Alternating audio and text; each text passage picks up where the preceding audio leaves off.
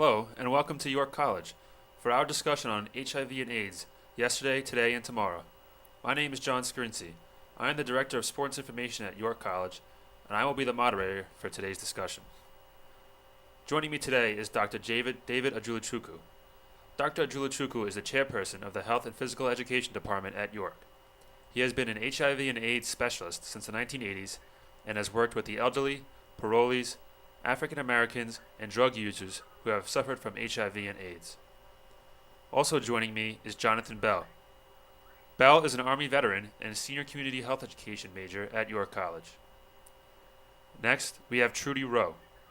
Trudy is a junior gerontology major at York College and an international student from Barbados. Next is Eric Holloman. Eric is an employee of York College in the Health and Physical Education Department. He has a degree in physical education and is also working towards a degree in gerontology. In the top row is Jesse Desir. Jesse is a graduate of York and is currently employed as the administrative assistant in the Health and Physical Education Department. Also joining us is Olufemi Shonubi. Olufemi is a junior movement science major and a health and fitness professional. And finally, we have Cindy Ramsamy. Cindy earned her bachelor's in communications technology at York College. She is now employed at York and is studying for her master's degree in urban affairs at Queens College. Now for our first question. Dr. Ajuluchukwu, can you briefly describe HIV and AIDS of yesterday? The HIV/AIDS of yesterday, as you all know, was that I think in the 1980s we know that a virus invaded the whole world, and we know people were dying. It took us a while to actually come to an agreement what the name should be, and we came to call it HIV. We know it was a virus, but because of the group of individuals that were actually sent in the hospital then, everybody came to the conclusion that it was something to do with gay men. And because most of the people that were seen at that time were white gay males, people thought that this virus actually was just a white gay man's disease. And that created a lot of issue because the rest of the population then took a back seat and thought nothing's going to happen to us because this is just for the white gay males.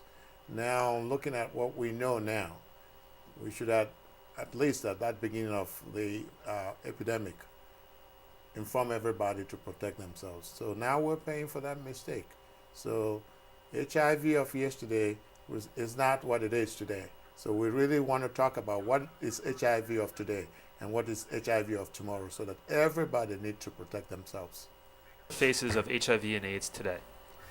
Well, one of the first groups faces of HIV/AIDS today is those in the U.S. military, as many of us is fully aware that members in the military are not only stationed throughout the United States, but they're also stationed at various military bases all around the world, including South Korea, Japan, as well as Africa and the Middle East, in addition to places where we have also involved in some of the countries in the Caribbean. Another face of HIV is the elderly. And for a very long time, we in society have this myth that the elderly do not engage within sexual activity. However, it is what it is, a myth. And more each day, the rates of elderly being infected with HIV is increasing.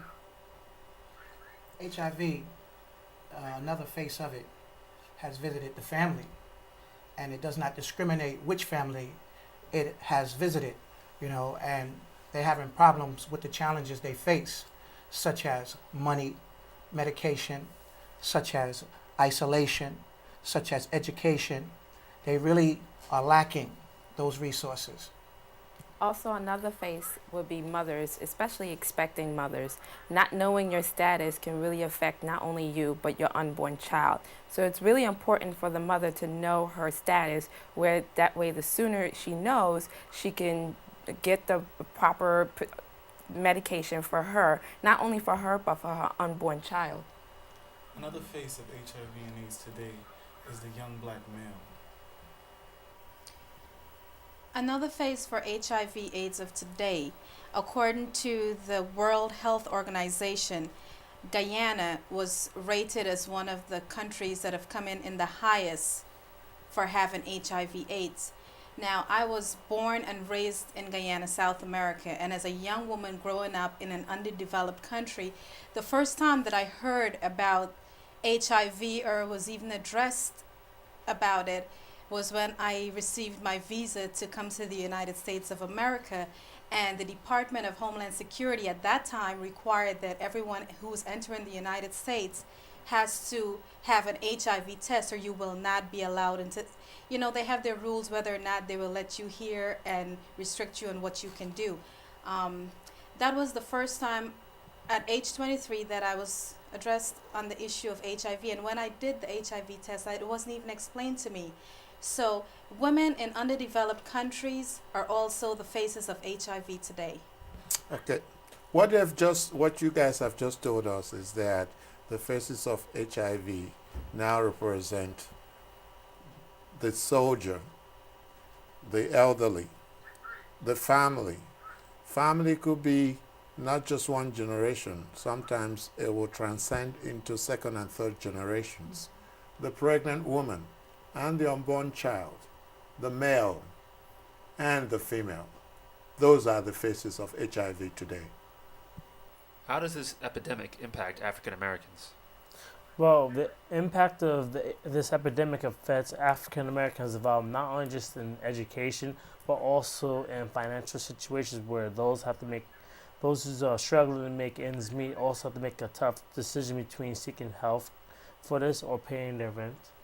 It also affects African Americans in that when we look at the prison population, African American males make up a high percentage of the inmates. And some prisons, condoms are forbidden. And then we have to look at it as these African American males, when they are released back into mainstream society, they bring with them HIV. And then it affects the African American female, or females for that matter. But one other aspect is it affects African Americans within the penitentiary system. I noticed that it affects African Americans in a way whereas, the family is just, it's just embarrassing to a lot of the African Americans' families. So they won't disclose. If you was to present them with a survey, it's hard for them to be truthful about it because they don't want the stigma that follows it, But for what we're trying to say here is that they need to do the survey and be able to help other people become informed about, it's not only our culture. Also, it's also impacting our teenagers and our kids. Nowadays, the teenagers and kids in general are raising themselves. Our parents are left to, work 2 jobs now because of the economy. So nowadays, children are left to fend for themselves. When you fend for yourself, you have nothing else to do. Children are in each other's ears and saying it's okay to engage in sexual activity and not knowing that you need to protect yourself. Now they're doing it, and now more and more of our kids are being affected. HIV and AIDS affects African Americans in the cause of death. From the age of 25 to 34 is the leading cause of death for African Americans. Also, 46% of AIDS patients are African Americans. HIV/AIDS affects African Americans very heavily. The reason for this being that African Americans, there's a set of factors here that puts them at risk for HIV. One of these factors is poverty. If a home is poor, the children are unable to go to school. If they can't finish school, they can't be gainfully employed with a decent job. They don't have decent jobs. Women may turn to prostitution. The boys may turn to selling drugs. Selling drugs may eventually lead to using drugs. There's sexual behavior within the African American community where individuals have more than one partner. And then there's just an attitude that it's not going to affect us. And that attitude also puts us at risk for being infected with the virus. So what we're saying is that the impact of HIV and AIDS on African Americans are due to a lot of issues. The issue of substance abuse. A lot of young black males, because they've not been able to graduate from high school and get into college, the jobs are not there, so it's easier for them to make monies in the street. How do you make monies? It's easier for you to sell drugs. And when you sell drugs, like you said, there could be one time you want to sell, from selling, you're going to using. And you know that when you are using drugs, you are vulnerable to any kind of behavior. The other issue is the issue of women. We tend, as African Americans, to look at our society today and see what our society or our culture is actually promoting. The issue of rap music, the issue of, oh, it's okay for one man to have more than 3 sexual partners. This person, there's a slang that goes with it. You hear, this one is my man, this one is my baby daddy, and this one is my jump off. You hear things like that. So when we continue to promote that kind of behavior, what we are saying is that we are not listening to the warnings of how one can contract HIV and AIDS. So we need to begin to talk to our people and say, you have to commit yourself to one sexual partner. You can't just be jumping from one bed to another. There's also the economic issue that you talked about.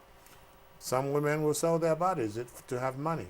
Then the issue of parolees, individuals that are released from the prison that come back into the society, some of them not knowing their status.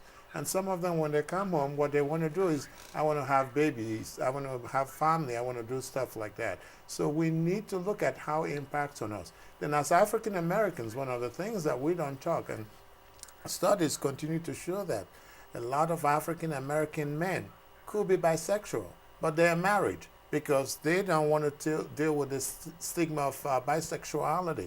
So all those things are things that we need to address. You got to be faithful, you got to be open to your sexual partner so that they know what they are getting.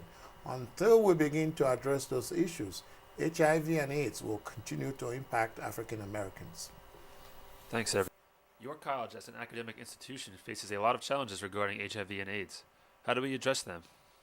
Well, at your college, addressing the issues involving with the HIV/AIDS virus is not only educating those who do not have an understanding, but also providing the information about AIDS in English and other languages that are not spoken, since English is a second language, because most of the students that you see also come here are from international students.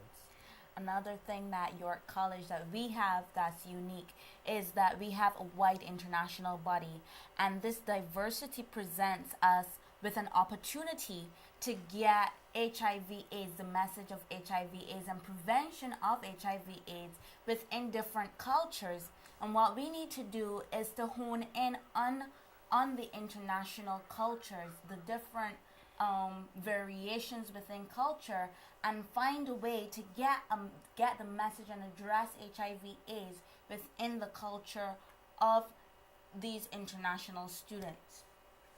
Your college faces the challenge of HIV in reference to, our president of our college, having an open door policy, and also being a member of the Health and Physical Education Department. I think that we can use our department as a vehicle, and we could, our athletic teams, we could raise money and we can raise awareness by putting on basketball events and things of that nature, or a walk drive or things of that nature, just to facilitate more, knowledge of it and awareness of it.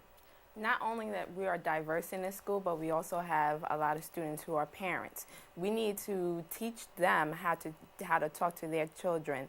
Also need to be role models to their kids. Nowadays, kids are looking up to the rappers, looking up to the athletes, and seeing how they act and saying it's okay to be like that. It's okay to be somebody's baby father. It's not okay. Our parents need to step in and become their role model and let them know HIV is here to stay, and if you continue on with these risky behaviors, you will not be here tomorrow. Your college needs to address HIV and AIDS in reference to its diverse cultures. When you think of your college, you think of diversity.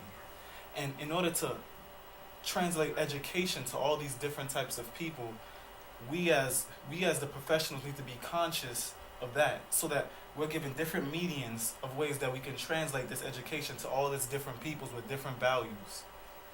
Your college is an institution. What I see they can do with addressing the HIV issue is publicize whatever little we have going for us right now. One of those is the Health Promotion Center, which is located in the Health and Physical Education building. Up in the Health Promotion Center, what we have is we give out free condoms. We have lots of condoms. We have lots of information pertaining to AIDS with the LGBT community. The college community members and the outside community members are welcome to come in, get information, educate themselves about HIV/AIDS. Also, what we have within the vicinity of the college is the AIDS Center for Queens County, where we have on-site HIV testing. You can just walk in, it's very confidential, get your HIV testing done. What York can also do is network with entities such as the ACQC to come to the college and have this done probably once a month, once every few months, and get the word out there, publicize, network. They can approach it from that. Okay, and you guys are all saying the right, or giving us the right ideas as to what we need to do. When you have people come from culture where in their culture it's almost like a taboo to talk about sexuality, how now can you begin to talk to these individuals and say, we want to talk to you about HIV and AIDS? So you're right, we need to break that barrier, whether it's a cultural barrier or religious barrier. So working with the diverse population, you got to try as much as possible to have them to trust you. And if they trust you, then they're willing to discuss other issues with you. One of the good things that happened this year was that the President Obama was able to lift the ban that has been here for 22 years, saying that if you are HIV positive, you are not allowed to come into the United States. So a lot of our students, even if they know their status, are not going to discuss it because they are afraid that they might be deported. So changing that ban has made a whole lot of difference. So we will look at our students. We will begin to look at how do we put prevention strategies to meet their culture and meet their needs here at your college. What do you see for the future in combating this deadly epidemic? Well, what I see in the future for soldiers and veterans in combating HIV/AIDS is not only seeking social support, but also don't forget that you have the Veterans Affairs that can help you, and other veterans assistance programs in addition to those also on college campuses or certain employers. Another factor is that technology has increased, and as compared to the past back in 1980s, we have had an increase in medications that do work, and people are living longer. So going forward, we're going to see a wide influx of people moving into the age category of 65 and over who have this disease, and they will continue to live longer. So we're going to see them moving on to 70s and 80s, and we have to be ready as a society to deal with that and to conquer HIV within the age category of the elderly. And I see family as combating is basically education.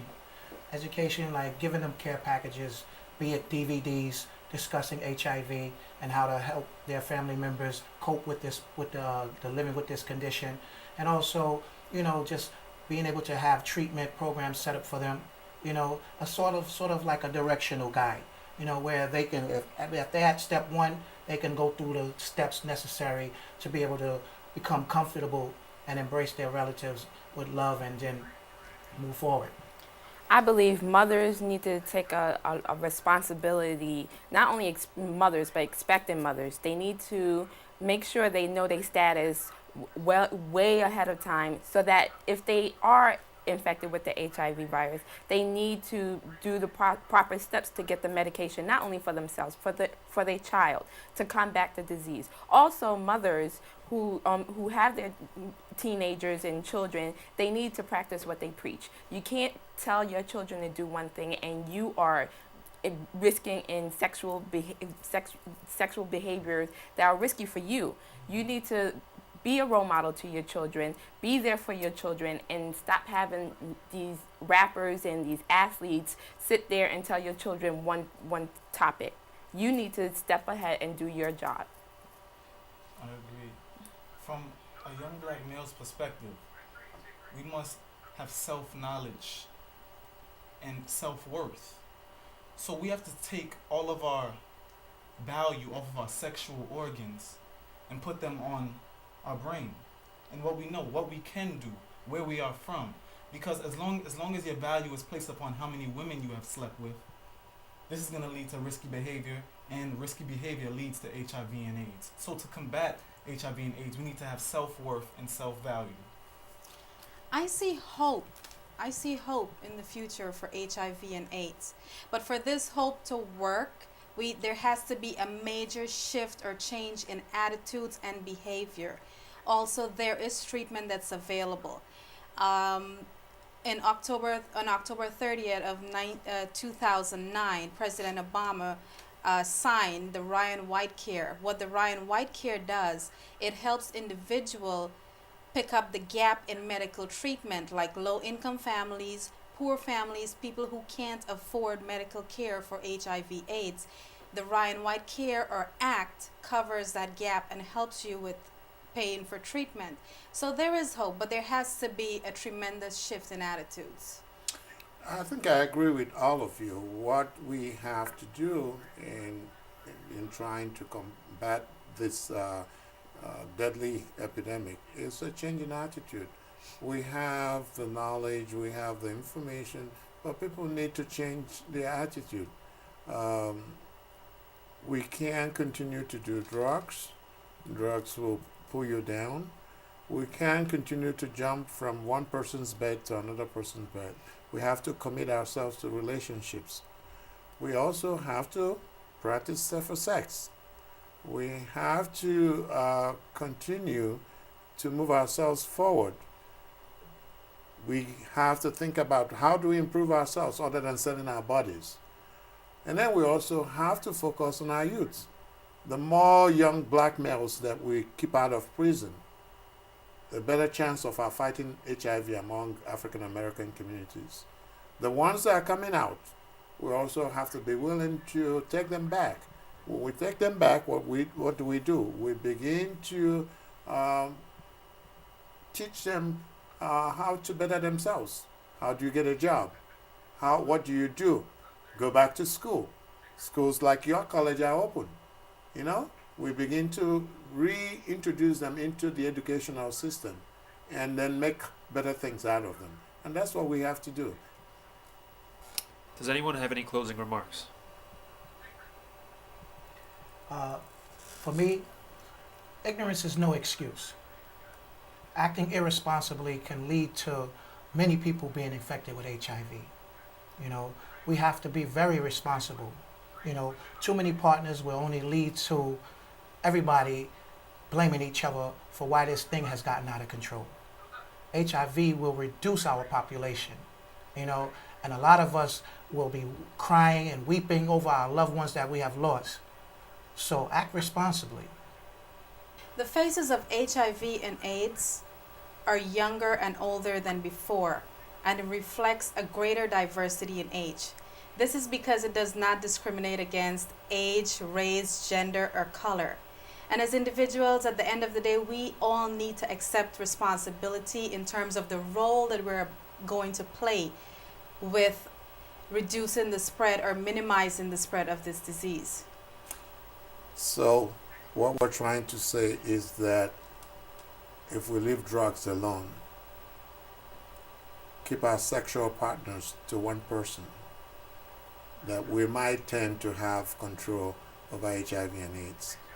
What I'm asking everybody to do is that we need to listen to one another, take responsibility, begin to act like mature individuals. Take the information that you've gotten about HIV and AIDS and make use of the information.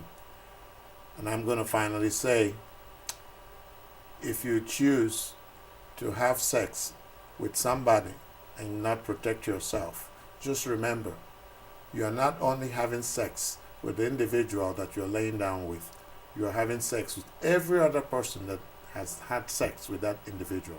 So be safe and protect yourself. Use your condoms. Thank you for joining us for our discussion today on HIV and AIDS.